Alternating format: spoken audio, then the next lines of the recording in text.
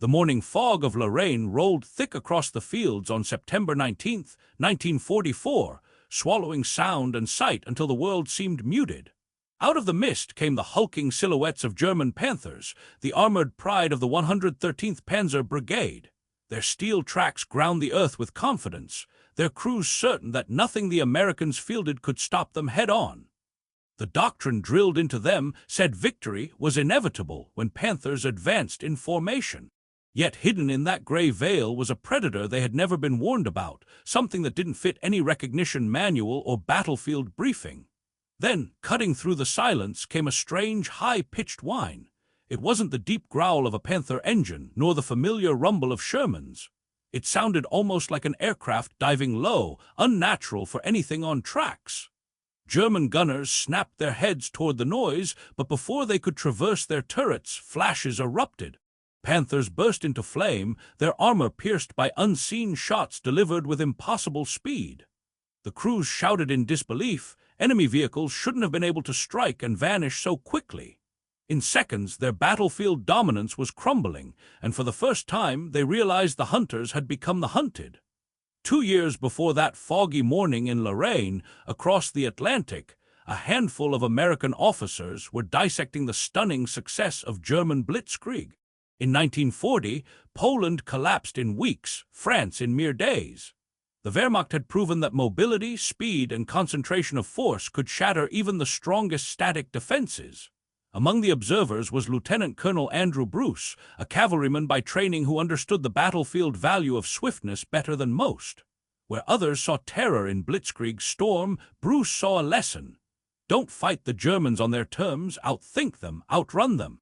Bruce proposed something radical to the War Department in late 1941.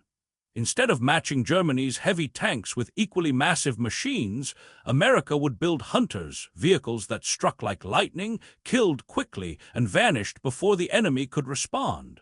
To him, armor thickness mattered less than maneuver, and a fast-moving gun could be deadlier than the most armored behemoth. It was a philosophy that inverted German thinking. Where the Panthers and Tigers embodied brute strength, Bruce envisioned a machine where speed itself was protection. That vision crystallized into the M18 Hellcat, a tank destroyer designed not to withstand punishment, but to ensure the enemy never landed a clean shot. What emerged from Bruce's vision was unlike anything the Germans had ever faced. The M18 Hellcat could tear across open ground at 55 miles per hour, faster than many reconnaissance cars, yet armed with a 76 gun. Its hydraulic turret could complete a full rotation in just 24 seconds, regardless of engine speed. By comparison, a Panther's turret could take up to a full minute to swing around, and even at maximum output still lagged far behind. For German crews trained to win deliberate duels at long range, this was like fighting shadows. The Hellcat struck, shifted position, and struck again before the enemy even finished aiming. The trade-off was obvious. Thin armor, often no thicker than 25 millimeters, left crews dangerously exposed. But in the field, that vulnerability became irrelevant when speed kept them untouchable. The first reports of this strange new machine surfaced at Anzio in 1944, when German units described vehicles that moved like ghosts across the battlefield, too quick to track. Berlin dismissed these accounts as battlefield stress, exaggerations born from chaos. They had no idea that America had built a predator designed not for slugging matches, but for swift, lethal ambushes that rewrote the rules of armored combat. At Arracourt in September 1944, the Hellcat revealed its true nature. The 704th Tank Destroyer Battalion faced a German assault shrouded in fog. Lieutenant Edwin Laper's platoon opened fire at ranges of just a few hundred yards, darting between cover with shoot and scoot precision. In barely half an hour, 15 German Panthers lay smoldering, their thick armor useless against a foe they couldn't pin down.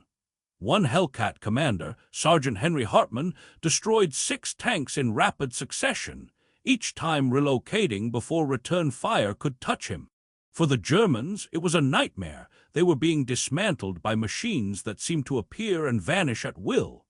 Months later, in the Ardennes offensive, Hellcats again played the phantom. At Nauville, just 4 of them held up elements of the 2nd Panzer Division by racing through fog, firing a few rounds, then slipping away. To German eyes, it looked like dozens of defenders.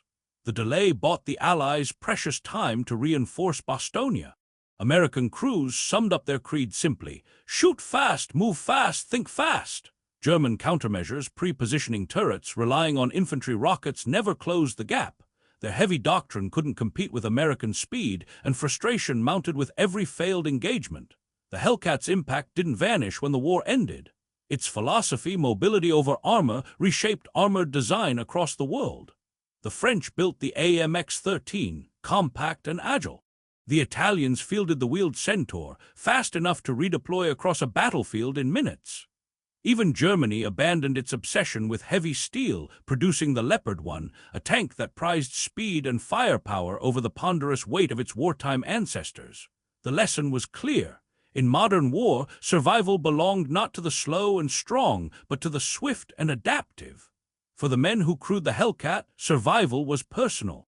With armor so thin even machine gun fire posed danger, they lived by instinct and reflex. Yet that vulnerability became freedom. Their chances of living depended not on steel plates, but on their ability to think faster and drive harder than the enemy. Many credited their lives to the roar of that radial engine, the blur of motion that made them untouchable. German tankers never knew the Hellcat could reach 55 miles per hour. They only learned when it streaked past their guns, when their Panthers burned in fog and forests. By then, the war and their doctrine was already lost.